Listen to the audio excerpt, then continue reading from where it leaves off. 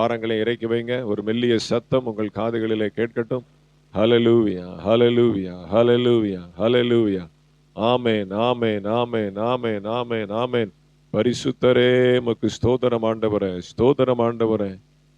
அசைவாடும் அனலாக்கும் எங்கள் அக்கினி ஜுவாலையே, அசைவாடும் அனலாக்கும் எங்கள் அக்கினி ஜுவாலையே, எலியாவின் தேவனே இறங்கிடும் நேரமே, எங்கள் எலியாவின் தேவனே இப்போ இறங்கிடும் நேரமே. ஆமாண்டவரே, அக்கினிமயமான வார்த்தையினாலே எங்களோடு கூட இடைபடுவீராக. அக்கினியினாலே உத்தரவு அருளும் தெய்வமே தெய்வம் என்று சொல்லி இந்த மாதத்திற்கு பதில் கிடைக்கும் மாதம் என்று சொல்லி நீர் வாக்கு பண்ணி இருக்கிறீர். இந்த மாதத்திலே நீர் எங்களுக்கு உம்முடைய அன்பின் அக்கினியினாலே எங்களுக்கு நீர் மறு உத்தரவு கொடுக்கிற தேவனா இருக்கிறீர். அது மங்களமான மறு உத்தரவா இருக்கிறதற்காக ஸ்தோத்திரம். ஆசீர்வதிங்க. அடியானை மறைத்து நீர் வெளிப்படுவீராக. இந்த சத்தத்தை தூரத்திலும் சமீபத்திலும் எல்லை கடந்து தேசங்களை கடந்து கேட்கிற ஜனங்களையும் கர்த்தர் ஆசீர்வதிப்பீராக. இயேசுவின் நாமத்தில் பிதாவே, ஆமென், ஆமென், ஆமென். அல்லேலூயா, அல்லேலூயா, அல்லேலூயா. கர்த்தர் நல்லவர். இந்த மாதத்தை ஆண்டவர் பதில் கிடைக்கும் மாதம் என்று வாக்கு பண்ணி இருக்கிறார். அல்லேலூயா. அந்த மார்ச் மாதத்தினுடைய முதல் பரிசுத்த ஆராதனைக்கு வந்த உங்கள் யாவரையும் இயேசுவின் நாமத்தினாலே நான் வாழ்த்தி ஆசீர்வதித்து வரவேற்கிறேன். அல்லேலூயா. வாசிங்க இந்த மாதத்தினுடைய வாக்குத்தத்த வசனம் 1 ராஜாக்களின் புஸ்தகம் 8வது அதிகாரம் 24வது வசனம் 18 1 ராஜாக்கள் 18:24. நீங்கள் உங்கள் தேவனுடைய நாமத்தை சொல்லி கூப்பிடுங்கள். நான் கர்த்தருடைய நாமத்தை சொல்லி கூப்பிடுவேன். நான் கர்த்தருடைய நாமத்தை சொல்லி கூப்பிடுவேன். அப்பொழுது அக்கினினால் உத்தரவு அருளும் தெய்வமே தெய்வம் என்றான். அக்கினினால் உத்தரவு அருளும் தெய்வமே தெய்வம் என்றான். அதற்கு ஜனங்கள் எல்லாரும் இது நல்ல வார்த்தை என்றார்கள். அதற்கு ஜனங்கள் எல்லாரும் இது நல்ல வார்த்தை என்றார்கள். அல்லேலூயா. கர்த்தருக்கு ஸ்தோத்திரம். அக்கினினாலே உத்தரவு அருளும் தெய்வமே தெய்வம். ஜட்ஜ்மெண்ட். அல்லேலூயா. ஒரு நியாய தீர்ப்பை ஆண்டவர் கொடுக்கிறார். ஆமென். அக்கினியினாலே அவர் மறு உத்தரவு கொடுக்கிறவர். அல்லேலூயா. இந்த மாதத்திலே தேவ சமூகத்திலே தேவனுடைய கரத்திலிருந்து தேவனுடைய வாயிலிருந்து பதில் கிடைப்பதற்கு, சில கேள்விகளுக்கான விடை கிடைப்பதற்கு, சில குழப்பங்களுக்கான தெளிவு பிறப்பதற்கு நாம் என்ன செய்ய வேண்டும், அதைத்தான் நம்ம பார்க்க போறோம். அல்லேலூயா. அதற்கு ஆண்டவர் நமக்கு உதவி செய்வாராக. பரிசுத்த ஆவியானவர் நமக்கு துணை நிற்பாராக. வசனங்களை விளக்கி காட்டி அதை இருதயத்திலே பதிய வைத்து அவர் காண்பிக்கிற அந்த தெளிவான பாதையில தைரியமாய் முன்னெடுத்து வைக்க பரிசுத்த ஆவியானவர் நமக்கு துணை நிற்பாராக. ஆமென். ஒரு அல்லேலூயா சொல்லுங்களேன். அல்லேலூயா. கர்த்தர் நல்லவர். சரி, இப்ப நாம பார்க்க போற பகுதி என்னன்னா, அவரிடத்திலிருந்து உத்தரவு கிடைப்பதற்கு, பதில் கிடைப்பதற்கு நாம் என்ன செய்ய வேண்டும். எலியா அந்த இடத்துல என்ன செய்கிறா அப்படின்னா, நான் கர்த்தருடைய நாமத்தை சொல்லி கூப்பிடுவேன். அல்லேலூயா. அவரிடத்திலிருந்து எனக்கு பதில் கிடைப்பதற்கு, இயேசுவினிடத்திலிருந்து ஒரு விடை பதில் கிடைப்பதற்கு நான் என்ன செய்யணும் அப்படின்னு எலியா யோசிக்கும் பொழுது, நான் அவருடைய நாமத்துல கர்த்தருடைய நாமத்தை சொல்லி கூப்பிடுவேன். I will call in the name of Jesus. Hallelujah. அதான் நம்ம இன்னைக்கு பார்க்க போறோம். அப்ப பதில் கிடைக்கணும் அப்படின்னா நம்ம என்ன பண்ணணும்? இயேசுவின் நாமத்தினாலே அவரை கூப்பிட வேண்டும். நாங்களும் அப்படித்தானே செய்யறோம். ஏன் பதில் கிடைக்கல? அதுக்கு இன்னைக்கு தான் பதில் கிடைக்க போகுது. ஏன் கிடைக்கல அப்படிங்கிறதுக்கு பதில் இன்னைக்கு தான் கிடைக்க போகுது. அல்லேலூயா. சரி, அப்ப இயேசுவின் நாமத்தினாலே நாம் ஜெபிக்கிறோம். ஆனாலும் நமக்கு ஏன் பதில் கிடைப்பதில்லை? ஏன் கால தாமதம் ஆகிறது? ஏன் நமக்கு ஒரு தெளிவு பிறக்கிறது இல்ல? நம்முடைய சந்தேகம் ஏன் அதை நிவர்த்தி ஆகிறது இல்ல அப்படிங்கறத இன்னைக்கு நாம ஆழமா பார்க்க போறோம். வாசிங்க 1 சாமுவேல் புஸ்தகம் 23வது அதிகாரம் 9-12 வரைக்கும் வாசிக்கணும் பொறுமையாக. 1 சாமுவேல் 23வது அதிகாரம் 9 வாசிங்க. தனக்கு பொல்லாப்பு செய்ய சவுல் எத்தனம் பண்ணுகிறான் என்று தாவீது அறிந்து கொண்ட போது ஆசாரியனாகிய அபியத்தாரை நோக்கி ஏபோத்தை இங்கே கொண்டு வா என்றான். அப்பொழுது தாவீது, இஸ்ரவேலின் தேவனாகிய கர்த்தாவே, சவுல் கேகிலாவுக்கு வந்து என் நிமித்தம் பட்டணத்தை அழிக்க வகை தேடுகிறான் என்று உமது அடியானாகிய நான் நிச்சயமாய் கேள்விப்பட்டேன். கேகிலா பட்டணத்தார் என்னை அவன் கையில் ஒப்பு கொடுப்பார்களோ? கேகிலா பட்டணத்தார் என்னை அவன் கையில் ஒப்பு கொடுப்பார்களோ? கேள்வி நம்பர் 1. உம்முடைய அடியான் கேள்விப்பட்டபடி சவுல் வருவானோ? உம்முடைய அடியான் கேள்விப்பட்டபடி சவுல் வருவானோ? கேள்வி நம்பர் 2. இஸ்ரவேலின் தேவனாகிய கர்த்தாவே, இஸ்ரவேலின் தேவனாகிய கர்த்தாவே, இதை உம்முடைய அடியானுக்கு நீர் தெரிவிக்க வேண்டும் என்றான். இதை உம்முடைய அடியானுக்கு தெரிவிக்க வேண்டும் என்றான். அதற்கு கர்த்தர் அவன் வருவான் என்றார். 12. கேகிலா பட்டணத்தார் என்னையும் என் மனுஷரையும் சவுல் கையில் ஒப்பு கொடுப்பார்களா என்று தாவீது கேட்டதற்கு கர்த்தர் ஒப்பு கொடுப்பார்கள் என்றார். ஒப்பு கொடுப்பார்கள் என்றார். இப்படி எல்லாம் கேட்ட உடனே பதில் கிடைச்சுன்னா நமக்கு எப்படி இருக்கும்? பொறாமையா இருக்குல்ல? அல்லேலூயா. தாவீது 2 கேள்வி கேட்கிறான். கேட்ட உடனே அவன் வருவான், உன் சத்துரு வருவான், அந்த எதிராளி வருவான், அந்த சவுல் வருவான். நான் நிச்சயமா கேள்விப்பட்டேன், சவுல் என்னை துரத்துறான், என்னை பிடிக்க போறான், பிடிச்சிருவானா, அவன் வருவானா அப்படின்னு கேட்டா அவன் வருவான். அல்லேலூயா. பதில் கிடைக்குது. அல்லேலூயா. அடுத்து 2வது, இந்த கேகிலா பட்டணத்தார் என்னை சவுலுடைய கையில ஒப்பு கொடுப்பார்களா அப்படின்னா ஒப்பு கொடுப்பார்கள்.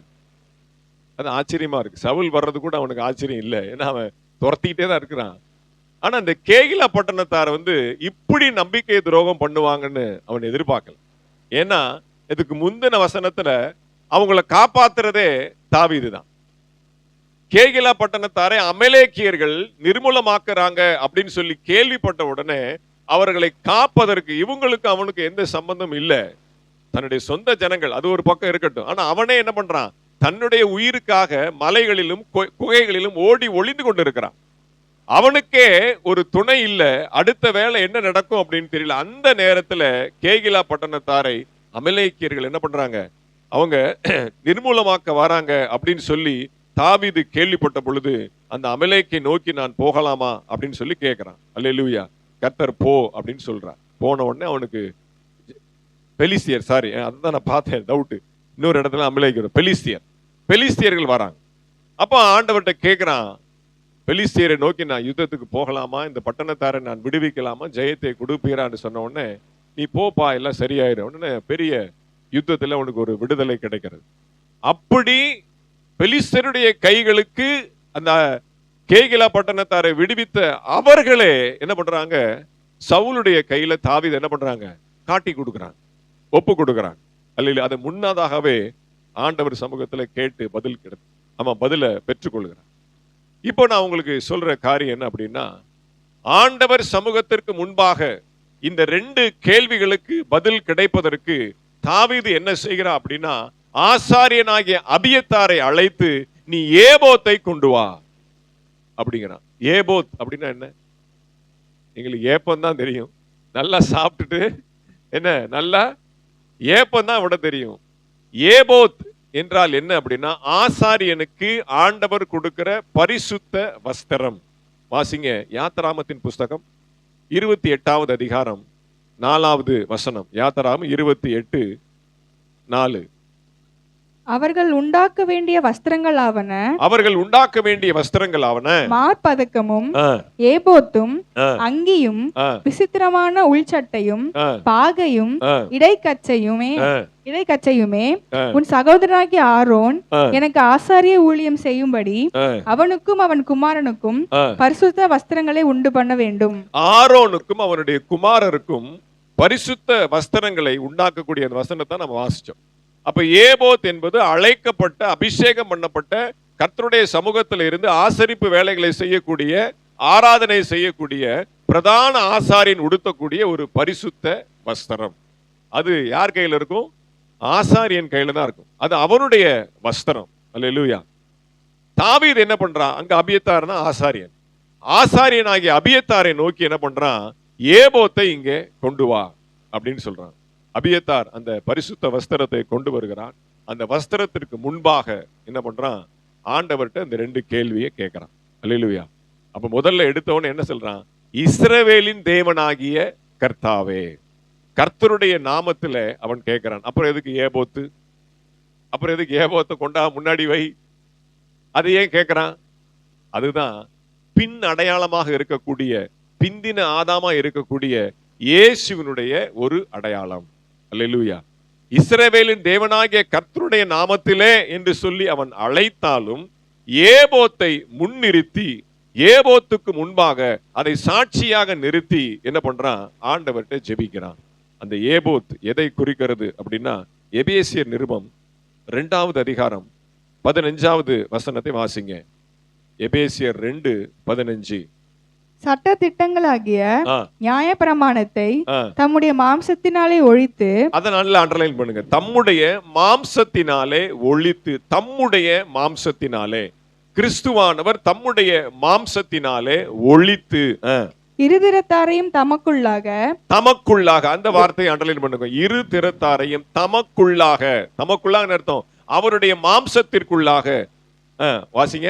ஒரே புதிய மனுஷனாக சிருஷ்டித்து, ஒரே புதிய மனுஷனாக சிருஷ்டித்து, இப்படி சமாதானம் பண்ணி, இப்படி சமாதானம் பண்ணி. அல்லேலூயா. அப்ப கிறிஸ்து தம்முடைய மாம்சத்தை என்ன பண்றார், கிழிக்க ஒப்பு கொடுத்தார். பெர்க்மான் செய்ய பாடுறாருங்களே, என்ன பாட்டு பாடுறோம், மாம்சத்தை கிழித்து படிக்கிறோமே, அந்த பாட்டு என்ன பாது, மாம்சமான திரையை என்று கிழித்து புது வழி திறந்தீர். மாம்சமான திரையை என்று கிழித்து புது வழி திறந்தீர்.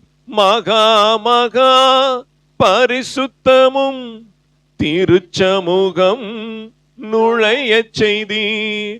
மகா மகா பரிசுத்தமும் திருச்சமூகம் நுழையச் செய்தீர். அப்போ அவருடைய மாம்ச திரையை கிழித்து, இரு திறத்தாரையும், அல்லேலூயா, பாவியையும் பரிசுத்தவானையும், அல்லேலூயா, பழைய ஏற்பாட்டு விசுவாசியும் புதிய ஏற்பாட்டு விசுவாசியும் ஒன்றாக இணைக்கிறார்.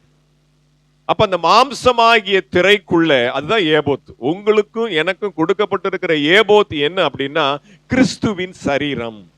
அல்லேலூயா. அன்றைக்கு கிறிஸ்து இல்லாததுனால, கிறிஸ்து இருந்தார், கிறிஸ்து மரிக்கப்படல. அவர் எப்ப இருக்கிறார்னா, அந்த ஏபோத்தாக அந்த இடத்துல இருக்கிறார். கிறிஸ்துவை சாட்சியாக வைத்து, கிறிஸ்துவை முன்பாக வைத்து, இஸ்ரவேலின் தேவனாகிய கர்த்தாவே. அல்லேலூயா. அப்ப நாம என்ன பண்ணணும் அப்படின்னா, அந்த கிறிஸ்துவின் சரீரத்திற்கு உள்ளாக, அந்த மாம்ச திரைக்குள்ளாக, தமக்குள்ளாக சொல்லப்பட்டிருக்கு இல்லையா, கிறிஸ்துவின் சரீரம், அவர் மாம்சத்தை கிழித்து தமக்குள்ளாக இரு திறத்தாரையும். அப்ப நமக்கு கொடுக்கப்பட்டிருக்கிற ஏபோத் பரிசுத்த வஸ்திரம் என்ன, ரட்சிப்பின் வஸ்திரம். அல்லேலூயா. நீர் கொடுத்த இந்த ரட்சிப்பின் பாத்திரத்திற்காக நான் என்னத்தை செலுத்த முடியும்? அல்லேலூயா. இந்த ரட்சிப்பின் பாத்திரத்தை கைகளில் ஏந்தி கொண்டு உம்மை தொழுது கொள்வதை அல்லாமல் எனக்கு வேற ஒன்றும் கிடையாது. பலியையும் காணிக்கையும் நீர் விரும்புகிறவர் அல்ல. காசை கொடுத்து, பணத்தை கொடுத்து உங்கள்கிட்ட ஒரு பதிலும் வாங்க முடியாது. லட்சத்தை கொடுத்து, கோடியை கொடுத்து, அள்ளி கொடுத்தா அவர் ஆன்சர் கொடுத்துருவாரு. அது அல்ல பரிகாரம். கிறிஸ்துவின் மாம்சத்திற்குள்ளாய், அல்லேலூயா, அந்த மாம்ச திரைக்குள்ளாய் கடந்து போய் தமக்குள்ளாய் வந்து ஒரு புதிய மனுஷனாய் மாறணும். பழைய மனுஷனா இருந்தீங்க, நீங்க இயேசுவின் நாமத்துல தலையில நின்று 1000 முறை என்ன கோடி முறை சொன்னாலும் பழைய மனுஷனா இருந்து இயேசுவின் நாமத்தினாலே கேட்டால் உங்களுக்கு உத்தரவு கிடைக்காது. அல்லேலூயா.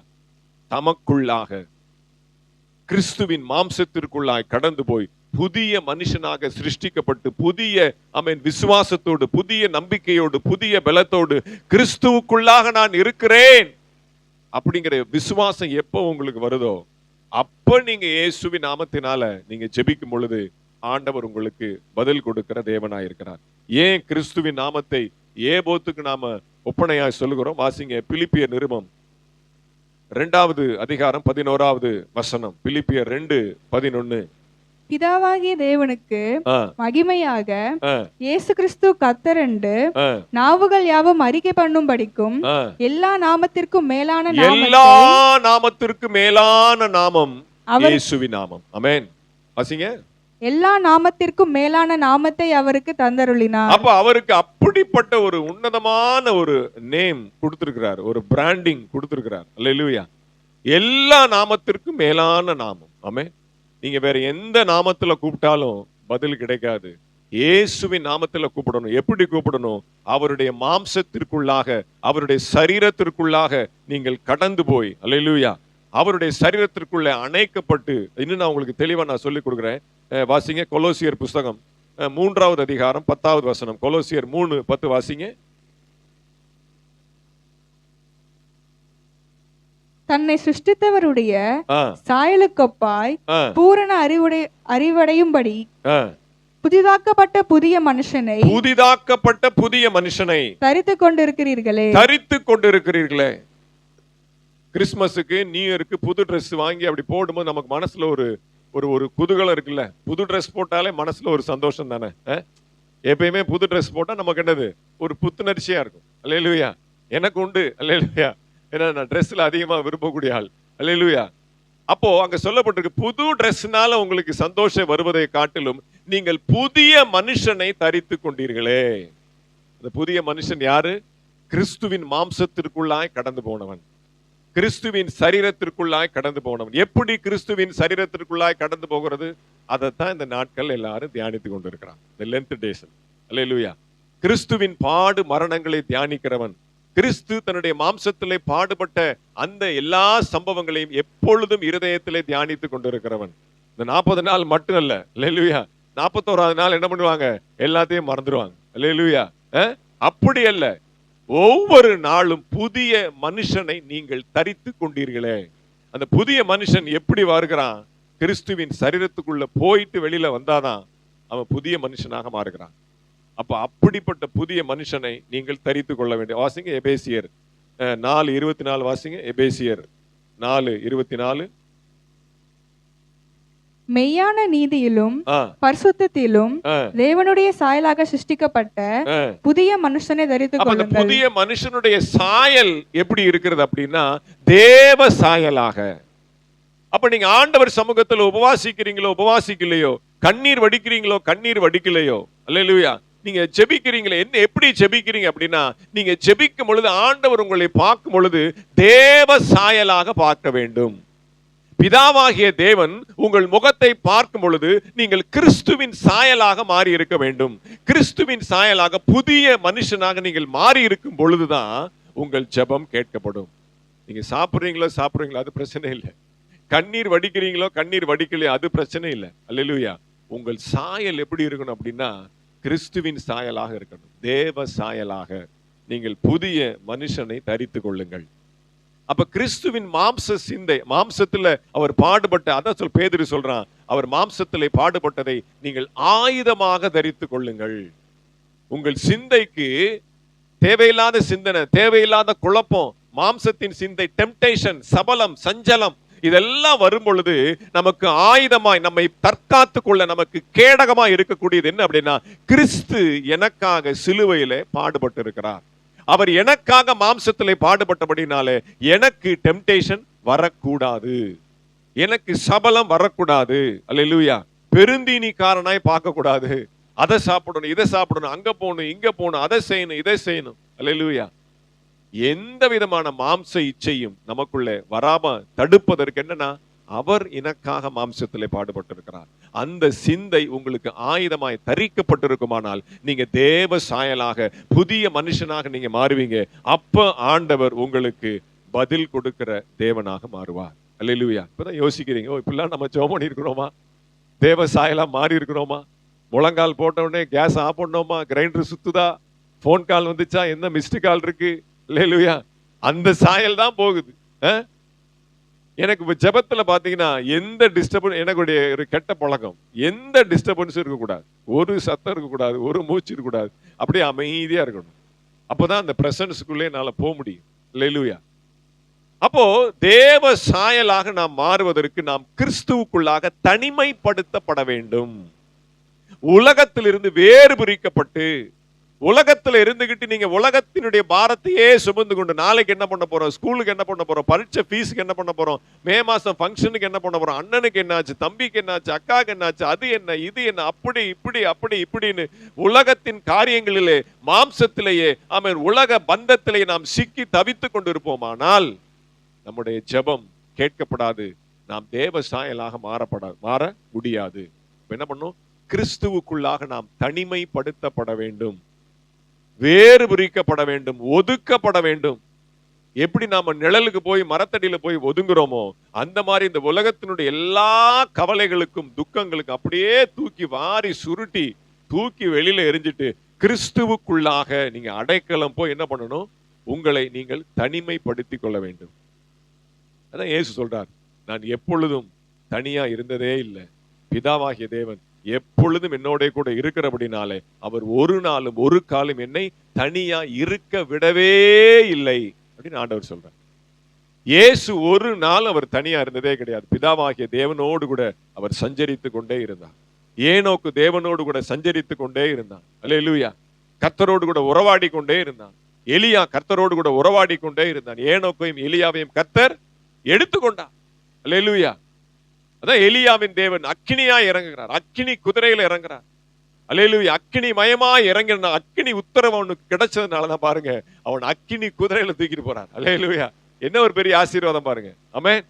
அல்லேலூயா. அப்ப நீங்க தேவ சாயலாக மாறணும். அல்லேலூயா.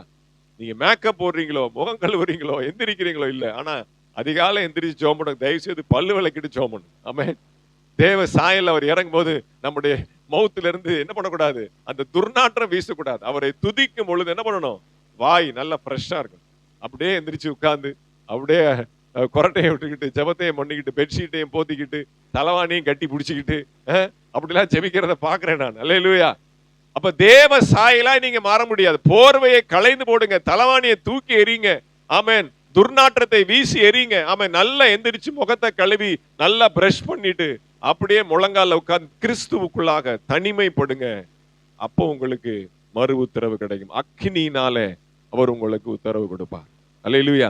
வாசிங்க கலாத்தியர் 6:17 வாசிங்க. கலாத்தியர் 6:17. இனிமேல் ஒருவனும் எனக்கு வருத்தம் உண்டாக்காதிருப்பானாக, கர்த்தராகிய இயேசு கிறிஸ்துவினுடைய அச்சு அடையாளங்களை நான் என் சரீரத்தில் தரித்துக் கொண்டிருக்கிறேன். என் சரீரத்திலே தரித்துக் கொண்டிருக்கிறேன். முழங்கால் போட்டு போட்டு முழங்கால் தேஞ்சு போய் அந்த முழங்கால் என்ன இருக்கணும்? அச்சு அடையாளங்கள் இருக்கணும். அல்லேலூயா. இந்த பாயில முழங்கால் போடுங்க, உங்களுக்கு அச்சு அடையாளம் வரும். அல்லேலூயா. ஒரு முறை நான் பவானிக்கு போயிருந்தேன், ஈரோடு பக்கத்துல இருக்கிற பவானிக்கு. அப்போ ஏதோ ஒரு விஷயமா போயிருந்தேன். அப்போ மறுநாள் ஆலயத்துக்கு போகணும், ஆராதிக்கணும்.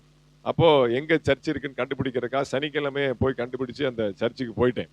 அங்க பாத்தீங்கன்னா அந்த சர்ச்சு வந்து வேலை நடந்துகிட்டு இருக்கு. தளம் கூட போடல, அப்படியே ஜல்லி போட்டு அப்படியே சும்மா அப்படியே ரஃபா இருக்குது. அப்படியே போட்டு லைட்டா பூசி இருக்கிறாங்க, அந்த காங்கிரீட் போட்டு பூசி இருக்கிறாங்க. இன்னும் மேல் பூச்சு பூசல. அல்லேலூயா. அதுலதான் எல்லாரும் பாத்தீங்கன்னா முழங்கால் போட்டு அன்னைக்கு காத்திருப்பு ஜெபத்துல ஜெபம் பண்ணாங்க. அப்போ அங்க முழங்கால் போடும்போது எனக்கு கொஞ்சம் வலிச்சுது. அல்லேலூயா. எங்க சர்ச்சில் நல்லா பாலிஷா இருக்கும், எப்பயுமே முழங்கால் போடும்போது அவ்வளவா தெரியாது. அங்க பாருங்க நின்னு முழங்கால் நின்று அழுது கதறி ஜெபித்து நான் சொன்னேன், பாஸ்டர் எனக்கு இது பாக்கியமா இருக்குது. அல்லேலூயா. கிறிஸ்துவின் அச்சு அடையாளங்களை இப்போ நான் சுமந்து கொண்டு இருக்கிறேன். அப்போ கிறிஸ்துவனுடைய அடையாளம் இருக்கணும். அவர் தேவ சாயலை உங்களிடத்தில் பார்க்கும் பொழுது என் குமாரனுடைய சாயல் என்ன? என்னுடைய குமாரன் எனக்காக காயப்பட்டிருக்கிறார், என்னுடைய குமாரன் எனக்காக நொறுக்கப்பட்டிருக்கிறார், உங்களுக்காக உங்களுடைய பாவத்திற்காக நொறுக்கப்பட்டிருக்கிறார். மகனே மகளே, என் கிறிஸ்துவனுடைய சாயல் எங்கே? அந்த அச்சு அடையாளங்கள் எங்கே? அல்லேலூயா. நல்ல கம்ஃபர்ட் ஜோன்ல ஜெபம் பண்ணுவாங்க. ஆமென். அச்சு அடையாளங்களுக்கெல்லாம் இடம் கொடுக்கறதே இல்லை.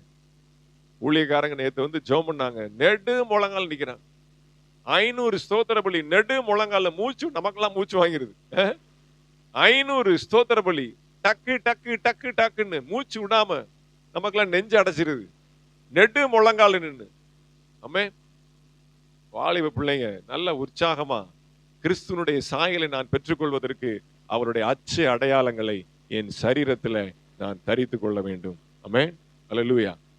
சும்மா இயேசுவின் நாமத்தினால என்னால பதில் கிடைக்காது. ஆமென். உங்களுடைய வாழ்க்கை கிறிஸ்துவுக்குள்ளாக மாறணும். ஆமென். உங்கள் வாழ்க்கை கிறிஸ்துவுக்குள்ளாக மறுரூபமாக்கப்பட வேண்டும். உங்களுடைய சாயல் மாறணும். உங்களுடைய துக்கத்தின் சாயல் மாறணும். உங்களுடைய குழப்பத்தின் சாயல் மாறணும். விசுவாசத்தின் சாயலை நீங்கள் தரித்துக் கொள்ள வேண்டும். அல்லேலூயா. கிறிஸ்துவின் சாயலை தரித்து கொண்டு கிறிஸ்துவின் நாமத்தினாலே நீங்க ஜெபிக்கும் பொழுது உங்களுக்கு மறு உத்தரவு கிடைக்கும். ஆமென். சும்மா இயேசுவின் நாமத்தினால சொன்னாலாம் ஒண்ணும் பாச்சா பலிக்காது. வாய்ப்புள்ள ராஜா அப்படின்னுவார். ஆமென். இந்த இயேசுவின் ரத்தம் சும்மா அப்படியே சொல்லிக்கிட்டே இருப்பாங்க. ஒரு பாஸ்டர் என்பா அதுல இயேசுவின் ரத்தம் குழாயில வர தண்ணீரா, நீங்க வாட்டு இஷ்டத்துக்கு என்னமோ குடத்துலயும் டம்ளர்லயும் பிடிக்கிற மாதிரி அதை பிடிச்சிக்கிட்டு இஷ்டத்துக்கு தெளிச்சிட்டு இருக்கிறீங்க.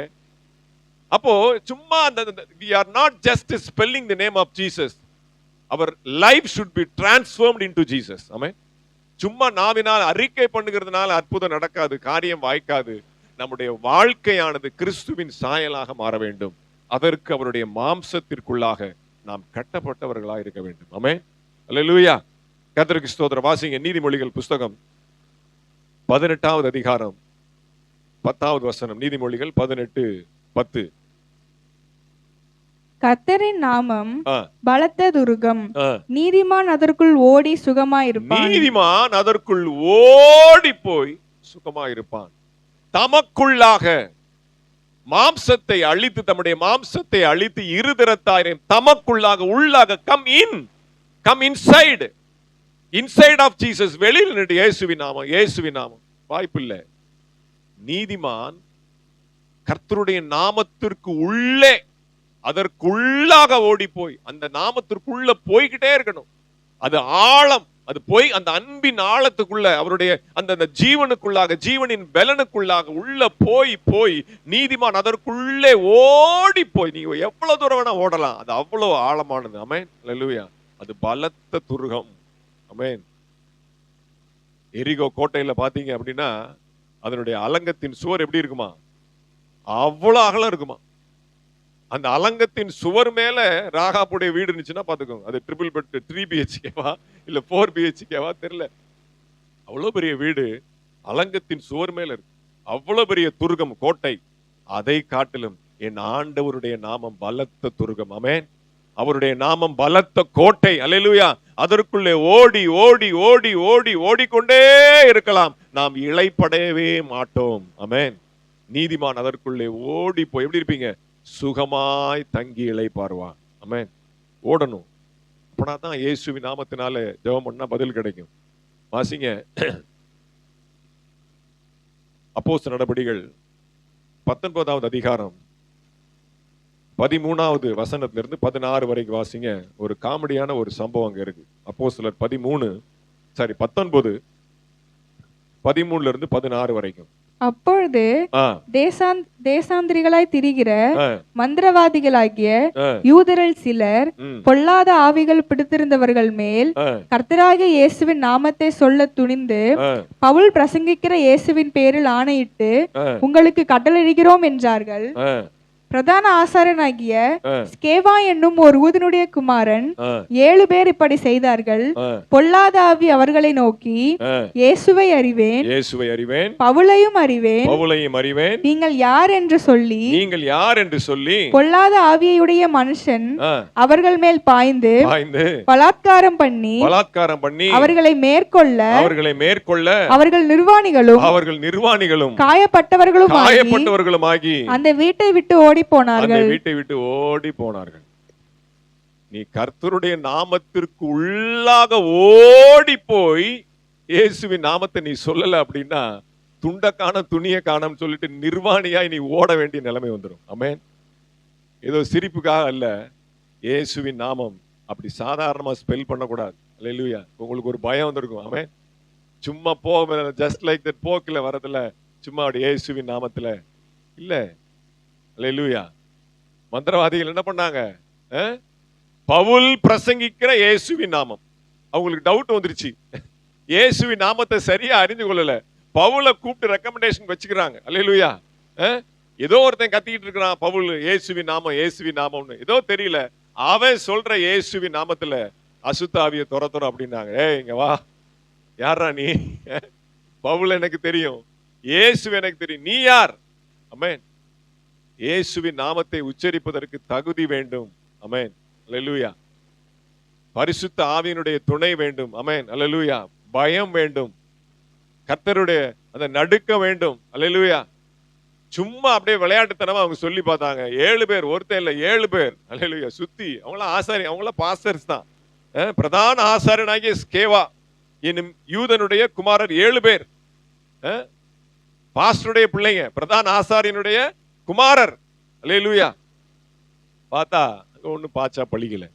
அல்லேலூயா. நீ யாரு அப்படின்னு சொல்லி பாருங்க, துண்ட காண துணிய காணன்னு உதறி விட்டு நிர்வாணிகளுமாய் காயப்பட்டவர்களாய் அவர்கள் ஓடினார்கள்.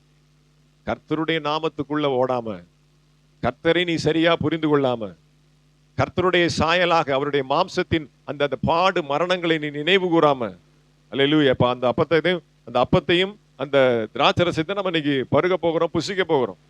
அல்லேலூயா. அப்ப அந்த அப்பத்தை வாங்கும் பொழுது கிறிஸ்துவின் மாம்சமாக நீங்க பார்க்கணும். ஆண்டவரே, உம்முடைய மாம்சத்திற்குள்ளாக நான் பிரவேசிக்க போகிறேன்.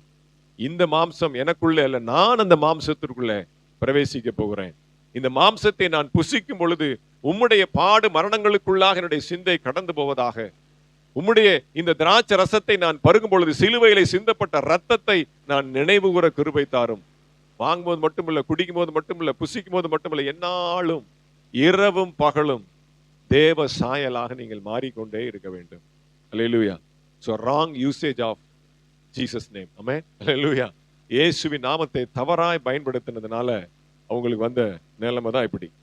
சரி, வாசிங்க 2 தீமோத்தேயு புஸ்தகம் 2வது அதிகாரம் 19வது வசனம். 2 தீமோத்தேயு 2:19. ஆகிலும் தேவனுடைய உறுதியான அஸ்திவாரம் நிலைத்திருக்கிறது, கர்த்தர் தம்முடையவர்களை அறிவார் என்பதும், கிறிஸ்துவின் நாமத்தை சொல்லுகிற எவனும் அநியாயத்தை விட்டு விலக கடவன் என்பதும் அதற்கு முத்திரையாய் இருக்கிறது. அநியாயம் செஞ்சு, அக்கிரமம் செஞ்சு, பாவம் செஞ்சு இயேசுவின் நாமத்தை அறிக்கை பண்ணுனா ரிட்டர்ன் கரண்ட் அடிச்சிடும். ஆமென். இயேசுவின் நாமம், அந்த நீங்க அந்த கரண்ட், இயேசுவின் நாமம்ன்ற கரண்ட கையில பிடிக்கிறீங்க, அது சாதாரண இல்ல. பிரதருக்கு தெரியும் ரிட்டர்ன் கரண்ட். என்ன பிரதர், எர்த்து உள்ள உடல அப்படின்னு என்ன ஆயிரும், திருப்பி ரிட்டர்ன் கரண்ட் நம்மள அடிச்சிடும். எங்க வீட்டுல இன்வெர்டர் பிளக் இருக்கு, 2 பிளக் இருக்கும். நான் வாட்டு ஒரு பிளக்கை கழட்டி தொட்டுட்டு ரிட்டர்ன் கரண்ட் அடிச்சு என்னை தூக்கி அடிச்சிருச்சு. அல்லேலூயா. அதுக்கப்புறம் தான் தெரியுது அது ரிட்டர்ன் கரண்ட் அப்படின்னு. அப்போ அநியாயத்தோட, அக்கிரமத்தோட இயேசுவின் நாமத்தை அறிக்கை பண்ணுகிறவன் மிக ஜாக்கிரதையா இருக்கணும். ஆமென். இப்படிலாம் சொன்னது என்ன பண்ணாங்க, ஓடி துண்டக்கான துணியை காண ஓடுனாங்க. அல்லேலூயா. அப்போ அப்படி அல்ல, அநியாயத்தினாலே அல்ல, அன்பினாலே அவரை சரியாய் புரிந்து கொண்டு, அவரை சரியாய் அறிந்து கொண்டு. வாசிங்க ரோமர் 13:14 வாசிங்க. ரோமர் 13:14. இன்னொருத்தர் கலாத்தியர் 3:27 எடுத்து வச்சுக்கோங்க. ரோமர் 13:14, கலாத்தியர் 3:27. துர்இச்சைகளுக்கு இடமாக உடலை பேணாமல் இருந்து கர்த்தராகிய இயேசு கிறிஸ்துவை தரித்துக் கொள்ளுங்கள். கர்த்தராகிய இயேசு கிறிஸ்துவை தரித்துக் கொள்ளுங்கள். அப்போ துர் இச்சை உங்களுக்குள்ள இருக்கக்கூடாது, அவலட்சணமான எண்ணங்கள் இருக்கக்கூடாது, கீழ்த்தரமான ஆசை உங்களுக்குள்ள இருக்கக்கூடாது, ஆபாசமான எண்ணங்கள், அல்லேலூயா, மிக கேவலமான எண்ணங்களும் சிந்தைகளும் இச்சைகளும் உங்கள் இருதயத்திலே வைத்துக் கொண்டு அதை நீங்கள் பாரமாக சுமந்து கொண்டு நீங்கள் இயேசுவின் நாமத்தை அறிக்கை பண்ணீங்கன்னா பதில் கிடைக்காது. நீங்கள் கிறிஸ்துவை தரித்துக் கொள்ள வேண்டும். வாசிங்க கலாத்தியர் 3:27. ஏனெனில் உங்களில் கிறிஸ்துவுக்குள்ளாக ஞானஸ்தானம் பெற்றவர்கள் எத்தனை பேர்களோ அத்தனை பேர்களும் கிறிஸ்துவை தரித்துக் கொண்டிருக்கிறீர்களே. கிறிஸ்துவை தரித்துக் கொண்டிருக்கிறோம். இப்ப 1 சாமுவேல் புஸ்தகம் 30வது அதிகாரம் 6-7 வாசிங்க. 1 சாமுவேல் 30:6-7. அதே சம்பவம் தான் இங்கேயும். தாவீது மிகவும் நெருக்கப்பட்டான். சகல ஜனங்களும் தங்கள் குமாரர் குமாரதிகளின் நிமித்தம் மன கிளேசமானதினால் அவனை கல்லெறிய வேண்டும் என்று சொல்லிக் கொண்டார்கள். தாவீது தன் தேவனாகிய கர்த்தருக்குள்ளே தன்னை திடப்படுத்திக் கொண்டான். தாவீது தன் தேவனாகிய கர்த்தருக்குள்ளே தன்னை திடப்படுத்திக் கொண்டான். தாவீது அகிமலேக்கின் குமாரனாகிய அபியத்தார் என்னும் ஆசாரியனை நோக்கி ஏபோத்தை என்னிடத்தில் கொண்டு வா என்றான். அபியத்தார் ஏபோத்தை தாவீதிடத்தில் கொண்டு வந்தான். அபியத்தாருக்கு தான் டியூட்டி போலுக்கு. தாவீது எப்ப எல்லாம் கேட்கிறானோ ஏபோத்தை கொண்டு வந்து முன்னாடி வைக்கணும். அல்லேலூயா. எதுக்காக இந்த வசனத்தை? ரெண்டு ஒரே சம்பவம் தான், வேற வேற இடத்துல, அதே ஒரே கிட்டத்தட்ட நெருங்கின காரியம் தான். நான் எதுக்காக சொல்ல வரேன் அப்படின்னா, தாவீது மிகவும் நெருக்கப்பட்டான். எப்படி? 3 நாள் பிரயாணமாக அவர்கள் சிக்லாக்கை விட்டு என்ன பண்றாங்க, பெலிஸ்தரோடு கூட யூதர்களுக்கு விரோதமா யுத்தம் பண்ணுவதற்கு ஆகீஸ் ராஜாவுக்கு துணையாக போகிறான். அப்ப ஆகீஸ் ராஜா அவனை திருப்பி அனுப்பிச்சிடறான். இப்ப உன் சொந்த ஜனங்களோட தான் நாங்க சண்டை போட போறோம், நீ கிளைமேக்ஸ்ல போய் எங்களுக்கு ஆப்போசிட்டா வந்தாலும் வந்துருவ. பிரபுக்கள் அதை எதிர்க்கிறார்கள், பெலிஸ்தருடைய பிரபுக்கள் எதிர்க்கிறார்கள். தாவீது எங்க கூட வரக்கூடாது, அவனை திருப்பி அனுப்பிச்சிருங்க அப்படின்னு சொல்லி திருப்பி அனுப்புறான். 3 நாள் பிரயாணப்பட்டு மறுபடியும் ரிட்டர்ன் ஜேர்னி வந்து கொண்டு இருக்கிறான். சிக்லாகுக்கு வரான், பார்த்தா டோட்டல் கேம்பே காலி. அல்லேலூயா. அங்க யார் வந்தது? அங்க அமலேக்கர் தான் நினைக்கிறேன். அல்லேலூயா. அமலேக்கர் தானா? ஆமா, அமலேக்கர் தான். அதான் மாத்தி சொல்லிட்டேன் நான். சிக்லாகுக்கு வந்தா 3 நாள் பிரயாணத்துல யுத்த வீரர்கள்லாம் போயிட்டு திரும்ப வரும்போது எல்லா ஸ்திரீகளையும் சிறுவர்களையும் ஆடுகள் மாடுகளையும் எல்லா கொள்ளை பொருட்களையும் அமலேக்கர் வந்து சப்ஜோட அழிச்சிட்டு போயிட்டான். தீக்கிரையாக்கினார்கள் இருக்கு. அல்லேலூயா. பட்டணத்தை அக்கினியினாலே கொளுத்தி போட்டார். அல்லேலூயா. பாருங்க, சொந்த ஜனங்களை திரும்பிட்டாங்க, அப்படியே எபவுட்டா நடிச்சிட்டாங்க. அல்லேலூயா. அவன் கல் எடுத்து தாவீது மேல எரிய பாக்குறான். உன்னை நம்பிதானடா வந்தோம், பொண்டாட்டி போச்சே, பிள்ளைங்க போச்சே, சொத்து போச்சே, நீ கூப்பிடுறேன் தானே போனோம், இங்க வந்து பார்த்தா ஒண்ணுமே இல்லையே. தாவீது நெருக்கப்பட்டான். சில நேரத்துல சொந்த பந்தங்கள் நாம நெருக்கப்படுவோம். ஆமே, என்ன பண்றது? தம்பி பையனை கொண்டாந்து விட்டுட்டாரே, எப்படி அவனை வளர்க்கறது, எப்படி அவனை படிக்க வைக்கிறது, எப்படி நம்ம கூட அவனை வச்சுக்கிறது? நெருக்கப்படும். அல்லேலூயா. நம்ம குடும்பத்தை பாக்குறதே நம்ம கஷ்டமா இருக்கு. வாலாட்ட வேற இருக்கிறான், சேட்டையா வேற இருக்கிறான். அல்லேலூயா. மனசுல ஒரு பாரம் இருக்குல்ல, இல்லாம இல்ல. கரெக்டா? நம்ம பிள்ளைய நமக்கு ஏதோ ஒண்ணுன்னா பிரச்சனை பாத்துக்கலாம். இப்ப பதில் சொல்லணும். நம்ம என்ன பண்றோம்? பொறுப்புதாரி ஆயிட்டோம், ரெஸ்பான்சிபிள் ஆயிட்டோம். அல்ல தட்டவும் முடியல, அவங்க குடும்பத்தை பார்த்து ஆகணும். அப்படிதான் தாவீது கடன்பட்டவர்கள் நெருக்கப்பட அப்படிதான் சேர்த்துக்கிறான். அவங்க கூட யாரும் பெரிய தாராள பிரபுக்கள் இல்ல, பெரிய கனவான்களோ பெரிய ஜமீன்தார் அவங்க கூட இல்ல. நெருக்கப்பட்டவர்களும் கடன்பட்டவர்களும் வியாதியஸ்தர்களும் அப்படிதான் வராங்க. அவங்களதான் அரவணைத்து கொண்டான். ஆனா பாருங்க, அவங்களுக்காக அவன் போராடி எவ்வளவோ நன்மைகளை செய்தாலும் ஒரு சின்ன பிரச்சனை வந்த உடனே அந்த சொந்தமே என்ன பண்ணுது? அவனை கல்லெறிய அப்படியே திரும்பிட்டான். எப்படி இருக்கும் பாருங்க. அவங்களுக்காக தான் எல்லாம் பண்றான், அவங்களுக்காக தான் எல்லாம் போராடுறான், அவங்களுக்காக தான் எல்லாம் ஓடி ஓடி சம்பாதிக்கிறான், கொள்ளையடிக்கிறான், விட்டு கொடுக்குறான். ஆனா அவங்களே என்ன பண்ணிட்டாங்க? திரும்பிட்டான். இப்ப நெருக்கப்படுகிற நேரத்துல நம்ம என்ன பண்ணக்கூடாது? சோர்ந்து போகக்கூடாது. ஆண்டவரே, இப்படி ஒரு சம்பவம் இருக்கு, இப்படி ஒரு பிரச்சனை இருக்கு, என் சொந்த பந்தங்கள் மூலமாக நான் நெருக்கப்பட்டு கொண்டு இருக்கிறேன், என்னால மெல்லவும் முடியல, துப்பவும் முடியல, என்னால சொல்லவும் முடியல, ஜீரணிக்கவும் முடியல, நான் என்ன பண்றது ஆண்டவரே? இப்படி ஓடிக்கிட்டே இருக்கிறேனே, என் சொந்த பந்தங்களால் நான் நெருக்கப்படுகிறேனே, என்னுடைய சுயாதீனத்தை என்னால செய்ய முடியலையே, எப்ப என்ன வரும், எப்ப எந்த போன் கால் வரும், எங்க எப்படி பிரச்சனை வரும், அங்க என்னாச்சு, இங்க என்னாச்சு, இப்படியே நான் ஒவ்வொரு நாளும் ஏங்கி ஏங்கி தவித்து கொண்டு இருக்கிறேன். மகனே மகளே, ஏபோத்தை முன்னாடி நிறுத்திக்கொள். அல்லேலூயா. நீ நெருக்கப்படுகிற நேரத்துல, நீ சஞ்சலப்படுகிற நேரத்துல, நீ துக்கப்படுகிற நேரத்துல கிறிஸ்துவின் சரீரத்தை, ஏபோத்தை நீ தரித்துக்கொள். அப்போ உனக்கு பதில் கிடைக்கும். ஆமென். அல்லேலூயா. தாவீது அந்த ஏபோத்துக்கு முன்பாக மறுபடியும் அதே கேள்வி, பார்க்க நேரம் இல்ல, கேட்கிறான். நீ சகலத்தையும் திருப்பிக் கொள்வா. ஆமென். நீ இழந்த எல்லாவற்றையும், நீ என்னென்னலாம் இழந்து போனாயோ, என்னென்ன சந்தோஷங்களை இழந்தாயோ, இந்த ஜனங்களுக்கு நீ என்னென்னலாம் இழந்தார்கள் சொல்லி அவர்கள் உனக்கு விரோதமா எழும்பி நிற்கிறார், நீ சகலத்தையும் திருப்பிக் கொள்வார். ஆமென். அல்லேலூயா. இப்ப கிறிஸ்துவின் இப்ப நெருக்கப்படுகிற நேரத்துல நம்ம என்ன பண்ண முடியாது? கிறிஸ்துவின் சாயலை தரிப்பிக்க முடியாது. ஆனா பாருங்க, என்ன நெருக்கப்பட்டாலும் எட்ரா ஏபோத்த அப்படின்னா, கொண்டு வாடா ஏபோத்த அப்படின்னு கொண்டாந்து நிப்பாட்டின உடனே ஆண்டவர் முகத்தை நோக்கி பார்க்கறான். ஆண்டவரே, எனக்கு பதில் கொடுங்க. ஆண்டவர் பதில் கொடுக்கிறார். ஆமென். பயப்படாதீங்க, கலங்காதீங்க. ஆமென். கர்த்தர் நமக்கு உத்தரவு கொடுக்கிறவர். நம்மள ஆண்டவர் சூப்பரா நடத்துவார். ஆமென். நேர்த்தியா நடத்துவார். அற்புதமாய் அதிசயமாய் நடத்துவார். அல்லேலூயா. எளிமையான வழியை தான் நான் உங்களுக்கு கற்றுக் கொடுக்கிறேன். கிறிஸ்துவின் நாமத்திற்குள்ளாக ஓடி அவரை நீங்க தரித்துக் கொள்ளுங்க. ஆமென். வாசிங்க. மார்க் சுவிசேஷம் 10வது அதிகாரம் 47 49 வரைக்கும். Mark 10 47 to 49.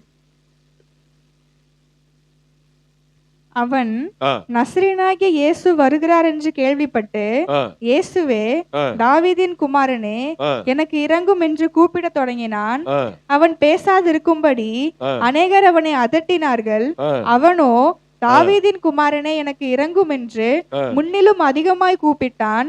இயேசு நின்று அவனை அழைத்து வர சொன்னார். அவர்கள் அந்த குருடனை அழைத்து திடன்கொள், எழுந்திரு, உன்னை அழைக்கிறார் என்றார்கள். போதும். 49 வரை வாசிட்டீங்களா? கவனிங்க. பர்த்திமேயு ஆண்டவரை தாவீதின் குமாரனே என்று அழைக்கிறார்.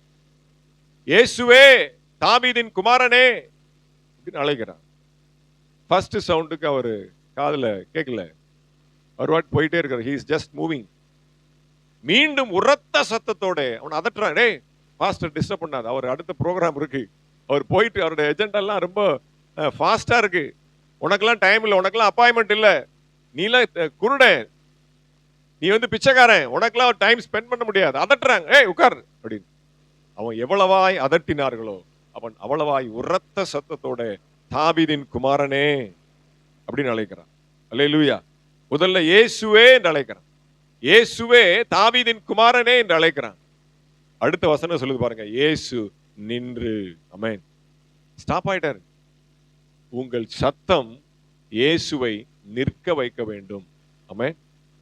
உங்கள் ஜெபம் இயேசுவின் நாமத்துல நீங்க அழைக்கும் பொழுது அவர் நிக்கணும், உங்களுக்கு செவி கொடுக்கணும், உங்கள் காரியத்தை விசாரிக்கணும், உங்களுடைய மனதை அவர் புரிந்து கொள்ளணும், உங்கள் ஏக்கத்தை அவர் தெரிந்து கொள்ளணும், உங்கள் தேவையை அவர் புரிந்து கொள்ளணும். அப்படிப்பட்ட ஒரு பெருமூச்சின் ஏக்கம். இங்க பாஸ் சொல்லுவாங்க, காட்டாத்துறை தாமஸ் பாஸ்டர் காலைல எந்திரிச்சு நெடு முழங்கால் நின்னுட்டு ஏசப்பா இதான் சொல்லுவாராம். வேற எதுவுமே கிடையாது. இவர் போய் அதிகாலைல தான் மீட் பண்ண முடியும். அவர் அப்பதான் நல்லா பர்சனலா பேச முடியும். அது அதிகாலை ஜெபத்தை முடிச்சுட்டு. அப்போ ஒரு ஜெபம் முடிக்கிற வரைக்கும் ஒரு திண்ணையில உட்கார்ந்துருப்பாராம். ஒரே சத்தம், ஏசப்பா ஏசப்பா. அப்படிதான் தாமஸ் ஐயா ஜெபம் பண்ணுவார். நம்ம அப்படியே கூப்பிட்டு தூங்கிடுறோம். நமக்கு தூக்கம் தான் வந்துருது. அல்லேலூயா. இயேசுவே தாவீதின் குமாரனே என்று பின்னும் உரத்த சத்தமாய் கூப்பிட்டான். இயேசு நின்று. Your prayer should stop Jesus. ஆமென். அல்லேலூயா. உங்களை விசாரிச்சுட்டு அப்புறம் அடுத்த ப்ரோக்ராம் போகணும். உங்களுக்கு என்னன்னு கேட்டுட்டு உங்களுக்கு தேவையானதை கொடுத்துட்டு தான் அவர் அடுத்த ஆளுக்கு போகணும். ஆமென். ஆனா இதே ஃபார்முலா இன்னொரு ஆளுக்கு ஒர்க் அவுட் ஆகல. இதே ஃபார்முலா இன்னொரு ஆளுக்கு ஒர்க் அவுட் ஆகல. அது யாரு? வாசிங்க. மத்தேயு புஸ்தகம் 15வது அதிகாரம் 22வது வசனம். மத்தேயு 15:22. அப்பொழுது அந்த திசைகளில் குடியிருக்கிற கானானிய ஸ்திரீ ஒருத்தி அவரிடத்தில் வந்து ஆண்டவரே தாவீதின் குமாரனே. அதே வார்த்தை, ஆண்டவரே தாவீதின் குமாரனே எனக்கு இறங்கும், என் மகள் பிசாசினால் கொடிய வேதனை படுகிறாள் என்று சொல்லி அவளை கூப்பிட்டாள். எல்லா சம்பவம் உங்களுக்கு தெரியும். கண்டுக்கவே இல்லை. அவளும் கூப்பிடுறா. இப்ப எதை குறிக்குது அப்படின்னா, அவளுக்கு தெரியும் பர்த்திமேயு தாவீதின் குமாரன் கூப்பிட்டு நின்றாரு. சரி நாமளும் கூப்பிட்டு பார்ப்போம். பவுல் இயேசுவின் நாமத்தை சொல்றான்ல, நானும் இயேசுவின் நாமத்தை சொல்றேன் அப்படின்னு அவங்க சொன்னாங்க. அப்ப தாவீதின் குமாரனே அப்படின்னு கூப்பிட்டா அவர் நின்றுவாரு அப்படின்னு இவன் நினைச்சுக்கிட்டா. அப்ப அதனுடைய சூட்சமம் என்ன அப்படின்னா, கிறிஸ்து யூதர்களுக்கு மட்டும்தான் அப்படின்னு அவளுக்குள்ள ஒரு அபிப்பிராயம். நல்லா கவனிங்க. நான் ஒரு புறஜாதி ஆகிய ஸ்திரீ, நான் ஒரு கானானிய ஸ்திரீ, நான் யூத ஸ்திரீ அல்ல. அப்போ இயேசுவை எப்படி கூப்பிட்டா அவர் வசியப்படுவாரு அப்படின்னு தவறா ஒரு ராங் கால்குலேஷன் அவளுக்கு இருக்கு. தாவீதின் வம்சத்துல யூத குலத்துல வந்த யூத ராஜ சிங்கமாகிய அந்த லேபிள்ல தாவீதின் குமாரனே அப்படின்னு கூப்பிட்டா தான் அவர் செவி கொடுப்பார்னு இவளுக்குள்ள ஒரு ராங் கால்குலேஷன். அதனாலதான் அவர் செவி கொடுக்கல. அல்லேலூயா. ஜாதிய உடைக்கணும். மேல் ஜாதி கீழ் ஜாதிங்கிறத உடைக்கணும். ஆமென். நீ ஜாதியின் பேர்ல என்னை கூப்பிடாத, ஜாதியின் அடையாளத்துல பத்தி என்னை கூப்பிடாத. நான் யூதனுடைய அடையாளமாய் இல்ல, நான் உலகத்தினுடைய அடையாளமாய் இருக்கிறேன். நான் இஸ்ரவேலுக்கு மாத்திரம் அடையாளமாக இல்லை, யூதருக்கு மாத்திரம் அடையாளமாக இல்லை, நான் உலக ரட்சகராக இருக்கிறேன். அகில உலகத்திற்கும் நான் அக்கினியினாலே மறு உத்தரவு கொடுக்கிற தேவனாய் இருக்கிறேன். என்னை ஒரு குறுகிய வட்டத்துக்குள்ள நீ என்னை கட்டி போடாதே. அல்லேலூயா. அப்போ விடுதலை வேணும்னா, பதில் கிடைக்கணும் அப்படின்னா, சுகம் கிடைக்கணும்னா, எந்த மந்திரத்தையாகிலும் நாம் சொல்வதற்கு ரெடி. முட்டி முட்டி பார்க்கிறோம், கேட்கல. அங்க ஒரு தீர்க்கதரிசி இருக்கிறாரு பாஸ்டர், அவர் தலைமையில கை வச்சாலே எல்லாத்தையும் சொல்லிடுவார். அங்க ஓடுறாங்க. அப்படிலாம் ஓடுற நாட்கள்லாம் எங்களுக்கு உண்டு. ஆமென். இப்ப எங்க வீட்டிலேயே தீர்க்கதரிசி இருக்கிறாங்க. ஆமென். அல்லேலூயா. என் வீட்டம்மா தான் தீர்க்கதரிசி. அல்லேலூயா. நான் கர்த்தருடைய தீர்க்கதரிசி, நீங்களும் தேவனுடைய தீர்க்கதரிசி. இந்த வேத புத்தகம் நமக்கு தீர்க்க தரிசன புஸ்தகம். ஆமென். அல்லேலூயா.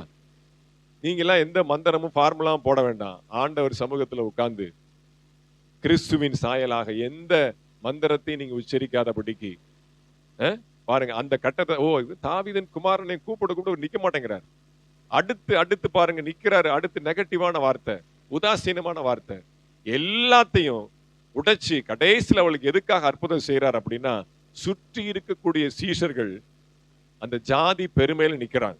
இவர், இந்த மேசியா எங்களுக்கு மட்டும்தான் சொந்தம், இந்த இயேசுவானவர் எங்களுக்கு மட்டும்தான் சொந்தம் அப்படின்னு அவங்க நினைச்சிட்டு இருக்கிறாங்க. இவளும் அப்படிதான் நினைச்சிட்டு இருக்கிறார். எல்லாருக்கும் அந்த ஜாதி வேற்றுமையை உடைக்கணும் அப்படிங்கிறதுக்காகத்தான் என்ன பண்றார், அவளை அந்த அளவுக்கு ட்ரீட் பண்ணி, அந்த விசுவாசத்தினாலே தான் வரும், கிரியைகளின் பிரமாணத்தினாலே அல்ல, விசுவாச பிரமாணத்தினாலே தான். நீ எந்த அளவுக்கு என்னை விசுவாசிக்கிற, அந்த விசுவாசத்தினுடைய எட்ஜ் வரைக்கும் அவளை கொண்டு போய், அப்பதான் அந்த இடத்துல அற்புதம். நீ விரும்புகிறபடி உனக்கு ஆக கடவுள். அப்ப எல்லா சமயத்திலும் ஒரே ஃபார்முலா ஒர்க் அவுட் ஆகாது. ஆமென். விசுவாசம். ஆமென். விசுவாசத்தின் நாமத்தினாலே நீங்கள் இயேசுவின் நாமத்தை நீங்க என்ன பண்ணணும், உச்சரிக்க வேண்டும். அல்லேலூயா. வாசிங்க 1 சாமுவேல் புஸ்தகம் 17வது அதிகாரம் 45வது வசனம். அதற்கு தாவீது பெலிஸ்தனை நோக்கி, நீ பட்டயத்தோடும் ஈட்டியோடும் கேடகத்தோடும் என்னிடத்தில் வருகிறாய், நானோ நீ நிந்திக்கிற இஸ்ரவேலினுடைய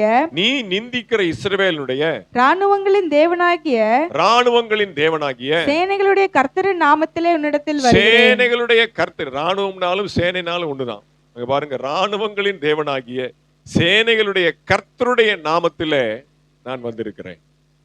அல்லேலூயா. இது நமக்கு எதை கற்றுக் கொடுக்கிறது? நமக்கு முன்பாக கோலியாத் மாதிரி பெரிய பிரச்சனை இருக்கு இல்லையா? இவன் பாத்தீங்கன்னா 4 அடி தான் இருக்கிறான், அவன் பாத்தீங்கன்னா 6 அடி இருக்கிறான். நமக்கு வரக்கூடிய பிரச்சனை, நமக்கு வரக்கூடிய ஆபத்து, நமக்கு இருக்கக்கூடிய சூழ்நிலை எல்லாம் பாத்தீங்கன்னா மலை போல இருக்கு. எத்தனை அடி? 10 அடி. அவன் பாருங்க 10 அடி. அல்லேலூயா. அவ்வளவு பெரிய பிரச்சனை, மலை போல இருக்கிற பிரச்சனை. நாம் மடு போல இருக்கிறோம். எப்படி இதை கடந்து போறது, எப்படி இதுல இருந்து மீண்டு வர்றது? அல்லேலூயா. வாசிங்க சங்கீத புஸ்தகம் 35வது அதிகாரம் 1-2. சங்கீதம் 35 1-2. கர்த்தாவே, நீர் என் வழக்காளிகளோட வழக்காடி என்னோட யுத்தம் பண்ணுகிறவர்களோட யுத்தம் பண்ணும். நீர் கேடகத்தையும் பரிசையும் பிடித்துக் கொண்டு எனக்கு ஒத்தாசையாக எழுந்து நில்லும். இந்த வார்த்தை தான் அங்க கிரியை செய்யுது. அல்லேலூயா. என்னோட யுத்தத்திற்கு கோலியாத் நிற்கிறான். நீர் எனக்கு ஒத்தாசையாக எழும்பி பரிசையும் கேடகையும் பிடித்துக் கொண்டு எனக்கு துணையாக நில்லும். அது யாரு? கர்த்தருடைய நாமம். ஆமென். அல்லேலூயா. வேணா வெறும் ஒரு கவட்டையும் ஒரு 5 கூழாங்கல்லையும் வச்சுட்டு போலாம், அது அல்ல. ஆமென். அது பெருசு இல்ல. என்ன சொல்றான்? கர்த்தருடைய நாமத்தினாலே நான் வந்திருக்கிறேன். என்னோடு கூட வழக்காடுகிறவர்கள், என்னோடு கூட யுத்தத்துக்கு நிற்கிறவர்களுக்கு ஆண்டவரே நீர் துணை செய்யும்படியாக பரிசையும் கேடகத்தையும் எடுத்துக்கொண்டு எனக்கு துணை செய்ய நீர் நில்லும். அல்லேலூயா. You are my shield. நீங்க தான் எனக்கு கேடகம், நீங்க தான் எனக்கு அட்டாக் பண்ணா டிஃபென்ஸ். யாரு? நீங்க தான். அல்லேலூயா. அப்ப கர்த்தருடைய நாமத்தை கொண்டு நான் வந்திருக்கிறேன். அவன் பாத்தீங்கன்னா பெரிய ஈட்டி வச்சிருக்கிறான். அவன் பார்த்தா பெரிய மார்க் கவசம் போட்டிருக்கிறான், அதுக்கு ஒரு ஒரு அடியாள் வேற வச்சிருக்கிறான் அத்துக்கிட்டு வர்றதுக்கு. அது பாத்தீங்கன்னா தெரியும் உங்களுக்கு. அந்த 1 சாமுவேல் 17ஆம் அதிகாரத்துல முன்பக்கத்துல இருக்கு, பரிசை தாங்குகிறவன். கோலியாத்துக்கு ஒரு ஜூனியர் அங்க இருக்கிறான், அது மறைமுகமா இருக்குது, நீங்க நல்லா நுணுக்கமா படிச்சு பார்த்ததும் தெரியும். அவ்வளவு பெரிய ஆளுக்கே ஒரு எடுபுடி ஒரு ஜூனியர் அங்க இருக்கிறான். ஆனா இவனுக்கு யாரும் இல்ல, இவன் சின்ன பையன், இவனுக்கு யாருமே கிடையாது, இவனே ஜூனியர், இவனே எடுபுடி. அல்லேலூயா. ஆனா அவ்வளோ பெரிய ஆளுக்கே ஒரு துணையை ஒருத்த வச்சிருக்கிறான் தூக்கிட்டு வர்றதுக்கு. ஆனா இவனுக்கு யாரு துணைனா? கர்த்தர் துணை. ஆமென். உத்தமனுக்கு கர்த்தர் துணை. கர்த்தருடைய நாமத்தினாலே நான் வந்திருக்கிறேன். வாசிங்க மத்தேயு 18:20. மத்தேயு 18:20 வாசிங்க. சீக்கிரமா ஜெபித்து முடிக்க போறோம். அல்லேலூயா. ஏனெனில் 2 பேராவது 3 பேராவது என் நாமத்தினாலே எங்கே கூடி இருக்கிறார்களோ அங்கே அவர்கள் நடுவிலே இருக்கிறேன் என்றார். ஜெய கிறிஸ்து மறுரூப சபையின் பெண்களே, பெண்கள் ஜெபத்துக்கு கூடி வாருங்கள். ஆமென். 2 பேராவது 3 பேராவது இருந்தாலும் பரவாயில்ல, கர்த்தருடைய நாமத்துல கூடி வாருங்க, அங்கே அவர் நடுவில் இருக்கிறார். அவர் நடுவில் இருந்தாதான் போதுமே, அற்புதம் நடக்கும். தயவு செய்து பெண்கள் ஜெபத்தை தொடர்ந்து நீங்க செய்யும்படி ரொம்ப தாழ்மையோடு கர்த்தருடைய நாமத்தினாலே கேட்டுக்கொள்கிறேன். நீங்க லேட் பண்ணீங்கன்னா அடுத்த ஆண்கள் நாங்க ஆரம்பிச்சிருவோம். அல்லேலூயா. ஆரம்பிச்சிடலாமா பிரதர்? ஆண்கள் ஜெப ஐக்கியத்தை ஆரம்பிச்சிடலாமா? அல்லேலூயா. நாங்க 2 பேர் இருக்கிறோம், நாங்க ஆரம்பிச்சிருவோம். போட்டி வச்சுக்கலாமா? அல்லேலூயா. அங்க எங்கேயாவது 2 பேராவது 3 பேராவது இயேசுவின் நாமத்தினாலே ஜெபிக்கிறவர்கள் சொல்லப்படல, கூடி வருகிறவர்கள். பாருங்க, நீங்க கூடி வந்தாலே அவர் வந்துடுறாரு. இயேசுவின் நாமத்தினால you are just assembling. நீங்க சேர்ந்து வரும்பொழுது உங்கள் நோக்கம் இயேசுவின் நாமத்தினால இருக்கும் பொழுது, தானியேலுக்கு சொல்லப்பட்டிருக்கிறது, நீ கூடி வரும் முன்னே, நீ முழங்கால் படியின் முன்னே உன் ஜெபம் பரலோகத்திலே கேட்கப்பட்டது. ஆமென்.